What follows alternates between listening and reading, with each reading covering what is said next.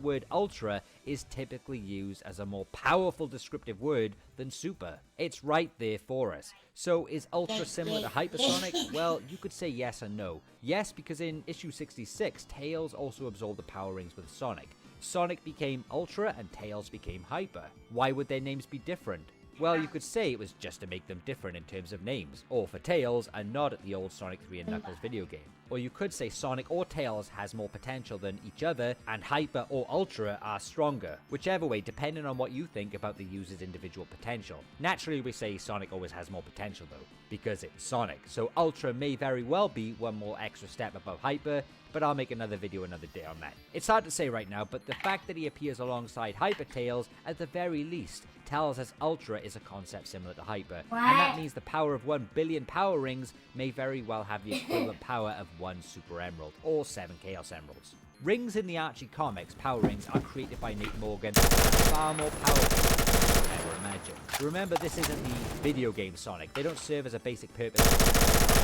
The power rings in the Archie comics are so powerful, that's why Ultra Sonic was formed in 1 billion.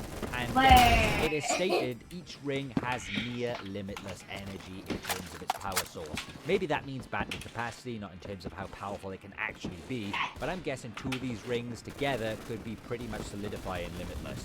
And 1 billion of them altogether could truly make them as powerful as 1 Super Emerald in terms of power potential.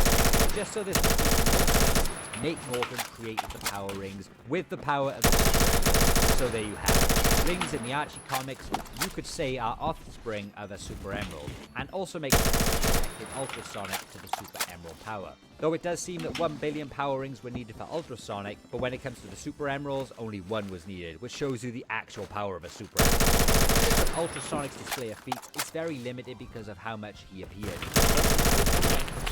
Dang it, that killed. Ultra Sonic is beyond Super, but by how much?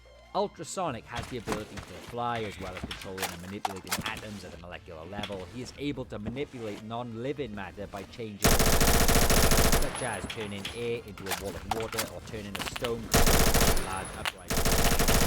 This ability, as well as its ability to affect living matter, have not been elaborated upon.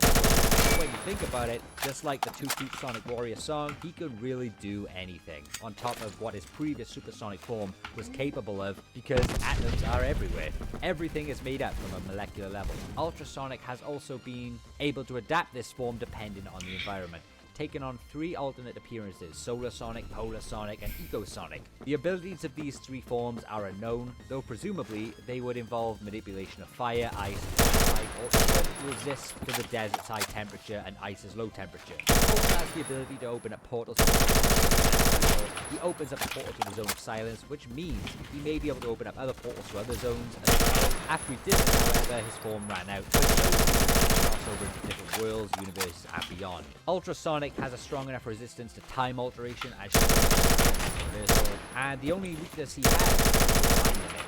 It lasts much shorter than Super. In conclusion, there is a ton of mystery surrounding Archie's Ultrasonic. The form never really had a chance to be fully explored and see what it can do. But when we think about it, is there any need? Supersonic was already portrayed to be near boundless. Anything stronger than Supersonic is pretty much being a level 100 Pokemon. There's nothing after it. The Archie comics gives us enough. The supersonic form, as you would know, has nigh boundless power due to the fact the 7 Chaos Emeralds have no limit. Combining that with some of Archie Supersonic's incredible feats makes him forge that power, and that speaks volumes. But the fact Supersonic ascended into Ultrasonic in the Archie comics easily, without a shadow of a doubt, closes that gap on near unlimited power to finally be in unlimited. Ultrasonic is the pinnacle of Sonic's power in the Archie comics, with the potential feats already that Supersonic has. It makes Ultrasonic boundless, unstoppable, unbeatable. Ultrasonic is Supersonic with that extra bit more potential, and that truly completes the transformation tree of Archie Sonic. Ow. The only way you can stop Ultrasonic is being as strong as him and outlasting him. But generally, there is nobody who can stop Ultrasonic. He can do absolutely everything. And then there's fate manipulation, which is pretty much game over.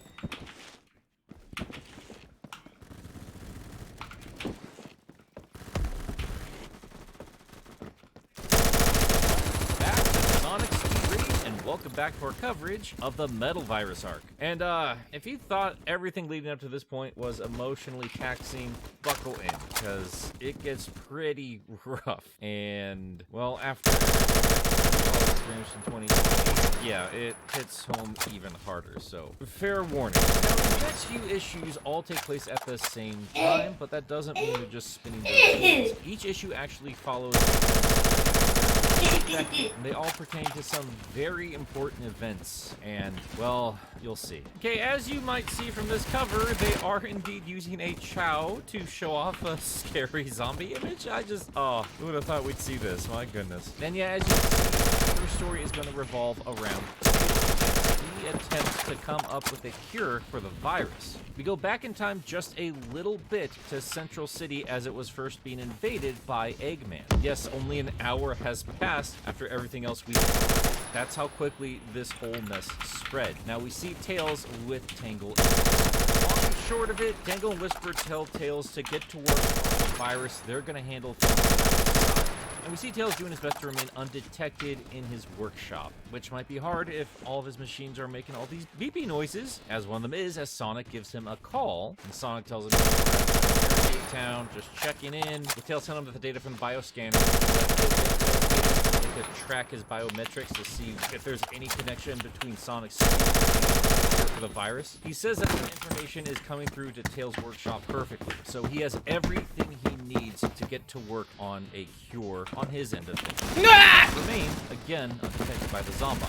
Tails also reminds Sonic that regardless of what Eggman is doing, he needs that speed data. That ultimately is going to be the key to stop whatever else Eggman is doing. If they can find a cure for the virus, they can stop whatever other attack he's coming up with. And as Tails hangs up with Sonic, he's startled by a crash as the Zombot tumbles over some trash outside. Then he calls Amy what she's doing with Restoration HQ.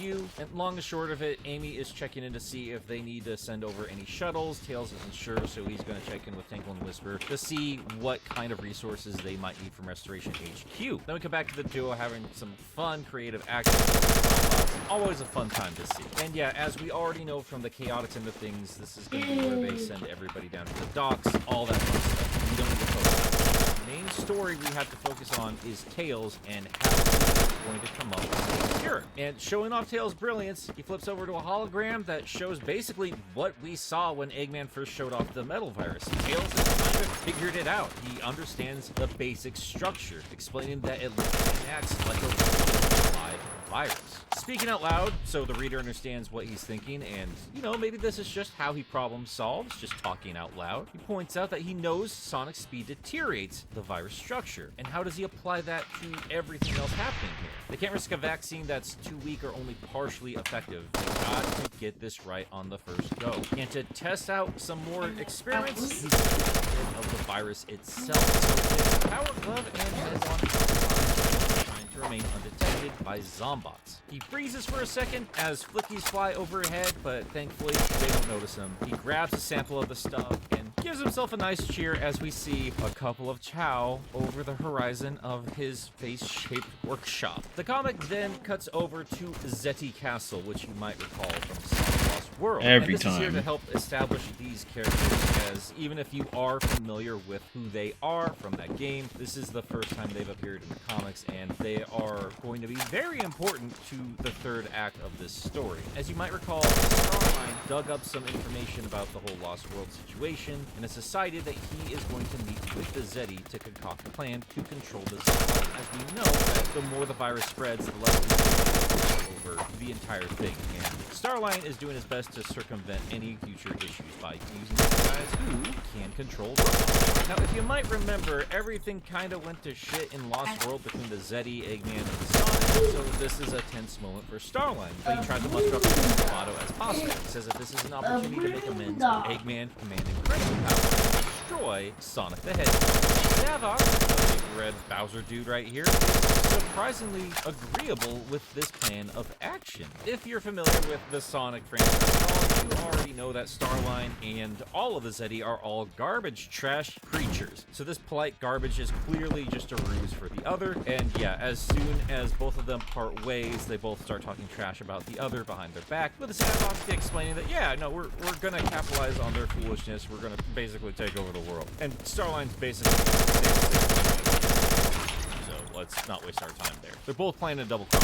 No shocker there. We then spend a little more time with Tingle and Whisper, again, attacking some more Zombots, having a good time. We don't need to focus on that. Go read the comic for yourself if you want to see this stuff. It's a lot of fun. All this action and the rest of the characters in Sonic are hard at work to combat the virus however they can. And also a quick little note fans would ask, because you know they would ask, turns out the Wisps are the virus since they are made of pure energy. We also see Silver in action by himself over in some isolated ice world, so that explains where he is during all of this crazy. We're not going to spend a lot of time talking about any of this stuff because, again, this is not super important. What is important is that while this is happening, it looks like Tails has come up with a cure. He says that by applying Sonic's biometric data to a fresh sample of the virus he grabbed outside, he's gonna kill me.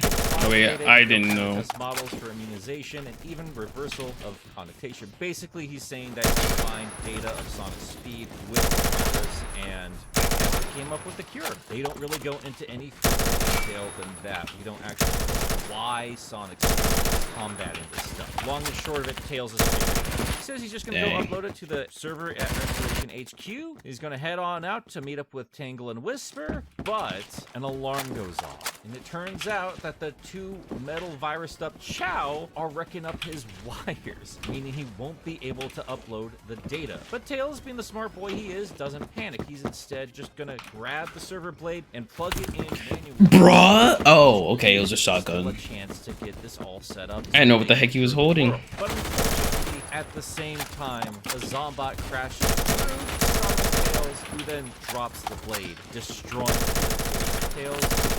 Runs on over to one of those zipline things. I love the him from the game. Oh, and he does a spin dash. Like, this is a really dark moment, but I love these little game details here. And we're not done with it yet, because he brings out his walker from Sonic Adventure 2. Tails is gonna go hard. With tears in his eyes and fury in his face, he quietly whispers to himself, "I was so close, and I can't blame you." Understands that they are, but man, I gotta tell you, if that was Eggman right in front of him, I would be worried, because we know how hard Tails goes when he is pissed in that mech. Nothing can stop him. And yeah, we see Tails bust on out of his workshop, combating the Zombots as best as he can. And yeah, this just had to be a Oh my aim. miserable time for the cats. And yeah, look at Tangle. She is just geeking out there. She's just fangirling it up. Man, it's good to see that stuff as much as I hate playing it. Yeah, long and short of it, all that really matters at this point is to get the rest of the survivors over to the shuttle. And while we don't have any casualties of the cast, we have a casualty all the same, because just as we out with the return of his walker, the Zombots tear it apart, and we know that Tails his machines. The tear rolls down his face, thanking it for all of its hard work, saying it deserved better. And I'm sure a lot of SCP fans have for quite a long time. But those tears only last for a panel, as Tails gets a dope action shot flying away from his exploding walker. Oh man. And just bringing in the SA2 walker is sign enough that even if you're mad about what happened with Shadow, this is still a reminder to the readers that, we love these characters too. We're not drawing the Tails from Sonic Forces. This is Tails from Sonic Adventure 2. This is a hero. And despite everything that just happened, he doesn't give up like a bitch. So yeah, everything sucks. They literally had the cure in hand. But man, it was good to see Tails go off. He flies on over to the shuttle that's already taken off and catches up with Amy. And Tails is a little confused. Where are the other shuttles? Didn't have that many survivors, but Amy interrupts him. We're on the only one that made it out. Ow! Some more bad news. Turns out Restoration HQ has fallen, and almost everyone with it.